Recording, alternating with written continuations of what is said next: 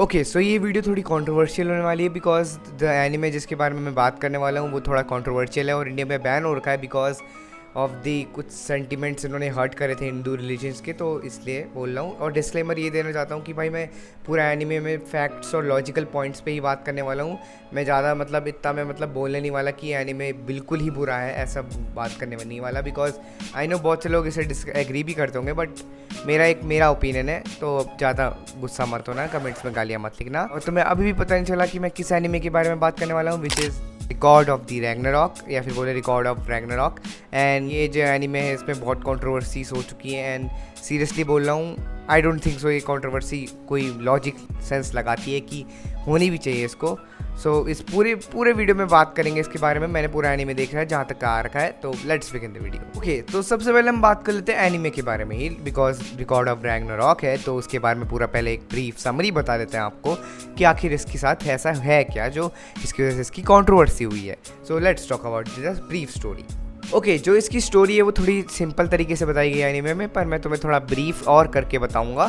सो या तो शुरुआत भगवानों से ही होती है, जहाँ पे भगवान डिसाइड कर लेते हैं कि क्या बोलते हैं उन्हें ह्यूमन की जो एक्जिस्टेंस है वो ख़त्म करनी है धरती से बिकॉज उनके कर्मा की वजह से, जो कि बहुत ही गंदे गंदे कर्मा उनके बढ़ते ही जा रहे हैं पूरी धरती में। एंड वहाँ पे ज़ूस है जो कि सबसे मेन भगवान है, जो कि गॉड ऑफ कॉस्मोस है, वो डिसाइड कर लेते हैं कि ह्यूमन की जो एक्जिस्टेंस है उनको ख़त्म करना है। बट वहीं पर एक ट्विस्ट आता है जहाँ पे वैल्करी नाम की एक भगवान जो कि अपोज करती है उस जो कि डिसीजन का, जहाँ पे वो डिसाइड करते हैं कॉन्स्टिट्यूशन से, जो कि भगवान की भी कॉन्स्टिट्यूशन होते हैं, तो वहाँ पे वो एक कॉन्स्टिट्यूशन का आर्टिकल पढ़ा के ये डिसाइड करते हैं कि भगवान की लड़ाई करी जाती है इंसानों से, इमॉर्टल वर्सेस मॉर्टल किया जाता है। एंड ज़ूस वहाँ पे एग्री कर जाते हैं कि अगर इंसान जीते तो इंसान की जो एग्जिस्टेंस है उसको वैसी की वैसे ही रहने देंगे, अगर भगवान जीतते हैं तो वहाँ पे इंसानों की जो एग्जिस्टेंस है पूरी धरती में वो ख़त्म करी जाती है।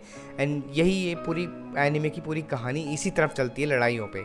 एंड वहीं पे ज़ूस डिसाइड कर लेते हैं कि क्या बोलते हैं कम से कम 13 प्लेयर्स होंगे गॉड्स की तरफ से और 13 प्लेयर्स होंगे इंसानों की तरफ से, जहाँ से वो एक दूसरे से लड़ेंगे। और जितने ज़्यादा लड़ेंगे लोग, जितने ज़्यादा विन होंगे गॉड्स या ह्यूमन में से, वहीं पे आखिरी में डिसीजन होगा कि क्या बोलते हैं इंसान जिएंगे या मरेंगे। एंड ये पूरी एक ब्रीफ समरी है यहीं पे।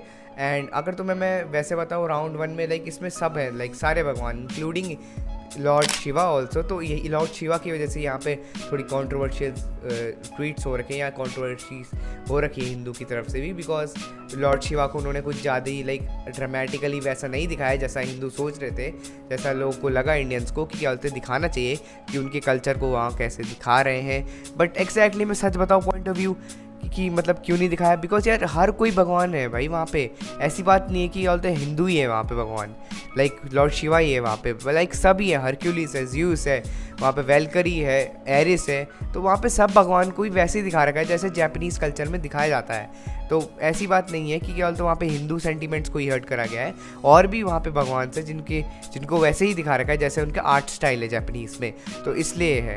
And I don't think so ये कोई बड़ी बात है, बट इतना ये है कि क्या बोलते हैं वहाँ पे जब फाइट होती है लॉर्ड शिवा और एक ह्यूमन के बीच में, तो वहाँ पे लॉर्ड शिवा को कुछ ज़्यादा ही कमज़ोर दिखा रखा है, तो इसलिए इसमें थोड़ी कंट्रोवर्सी मैं भी बात करूँगा इस बारे में कि उसको इतना कमज़ोर, लॉर्ड शिवा को भी इतना कमज़ोर नहीं दिखाना चाहिए था।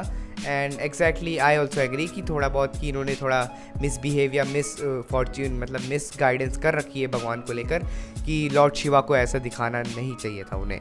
And I agree with you, some points मैं एग्री करता हूँ लोगों से भी कि इसको ऐसा नहीं होना चाहिए था, बट मेजरली मैं ये बोलूँगा कि जितने भी लोगों ने ये कंट्रोवर्सीज कर रहे हैं कि उसका आर्ट डिज़ाइन हो गया, उनके जो ऐसे दिखाने का तरीका हो गया रुद्र और लॉर्ड शिवा को, वो गलत है। आई डोंट थिंक सो कि गलत है, सीरियसली बोलो। अब मैं ऐसा क्यों, मैंने तुम्हें पहले ही बता दिया, क्योंकि because of the design art, कि जापानीज़ में जापानीज़ एनिमे ऐसे ही डिज़ाइन होते हैं भाई, उनको नहीं पता कि वो इंडियन कल्चर में उन्हें कैसा दिखता है, बल्कि उन्होंने चलो कम से कम ये तक उन्होंने कम से कम नटराज जो नटराज उनका दूसरा अवतार होता है, नाच जो गॉड ऑफ डांस होता है, उन तक को उन्होंने अच्छी तरीके से दिखा रखा है। ट्यूनिंग जो बैकग्राउंड म्यूज़िक है, जब लॉर्ड शिवा आते हैं तो वो हिंदू कल्चर का जो साउंड ट्रैक है वो भी बजा रखा है। तो यार बस उन्हें आर्ट डिज़ाइन में इतना पता नहीं था कि लॉर्ड शिवा को कैसे दिखाना है।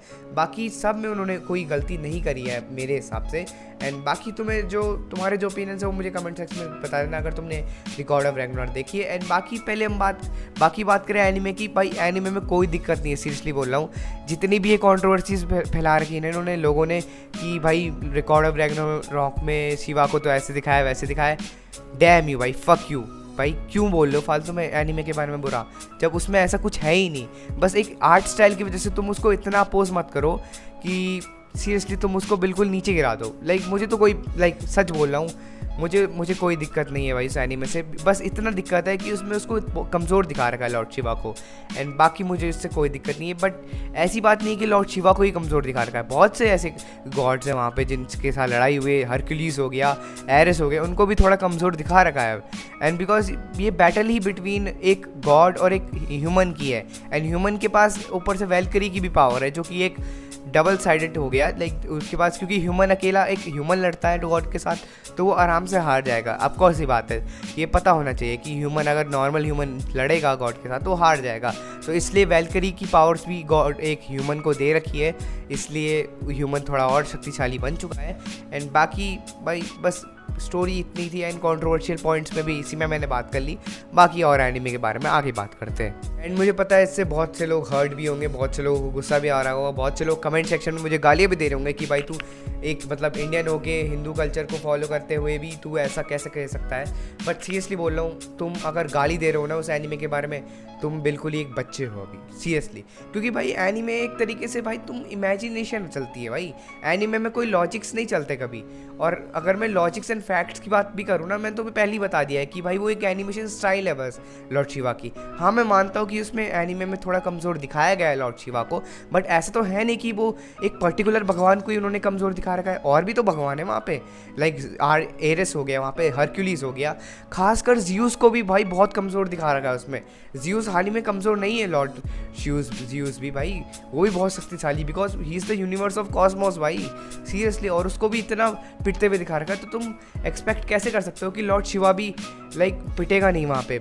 एनिमे में कभी तुम इमेजिनरी मत देखा करो, कि तुम अपने आप से रिलेट मत करो, ना कि हिंदू से रिलेट मत करा करो कि भाई इन्होंने ऐसा दिखा दिया वैसे दिखा दिया। तो इसलिए बोल रहा हूँ मत करा करो ऐसा। एनिमे एक बार देखो, उसको अच्छा लगे तो अच्छी बात है, उसको वरना भूल जाओ।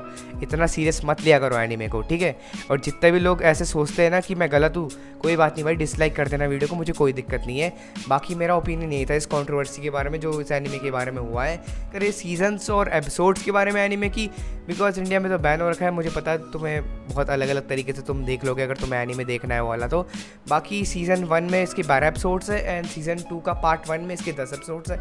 बस इतना ख्याल है मुझे इसमें कि मतलब इन्होंने कम फाइट्स में, देखो फाइट्स 13 राउंड्स है, 13 मेंबर्स हैं गॉड्स की तरफ से, 13 मेंबर्स ह्यूमंस की तरफ से, बट जो फाइट है उसको कुछ ज़्यादा ही लंबा खींच के दिखा रखा है। एंड सबकी अपनी अपनी बैक स्टोरी दिखा रखी है, खासकर लॉर्ड शिवा की भी उसमें बैक स्टोरी है।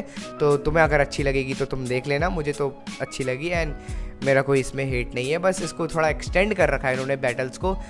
अभी इसमें 5 राउंड हुए हैं और 5 राउंड ये पूरा सीज़न 1 और सीज़न 2 का पार्ट 1 कवर कर चुका है। मतलब 12 + 10 एपिसोड्स का पूरा हमें बस 5 राउंड्स दिखाए गए हैं। तो अभी आगे और भी अगर मैं 13 में से -5 कर दूँ, जितने भी बचते हैं, आई डोंट नो, मुझे मैथ्स में कमज़ोर है, तो जितने भी राउंड्स बचते हैं वो अभी बचे हैं उसके भी, तो उसके अभी एपिसोड्स आना बाकी हैं। आई डोंट नो कब तक आएंगे, बिकॉज जब मैंने इसका सर्च करा तो उसमें सीज़न 2 जो है वो 2023 में एयर हुआ है, जनवरी के मंथ में।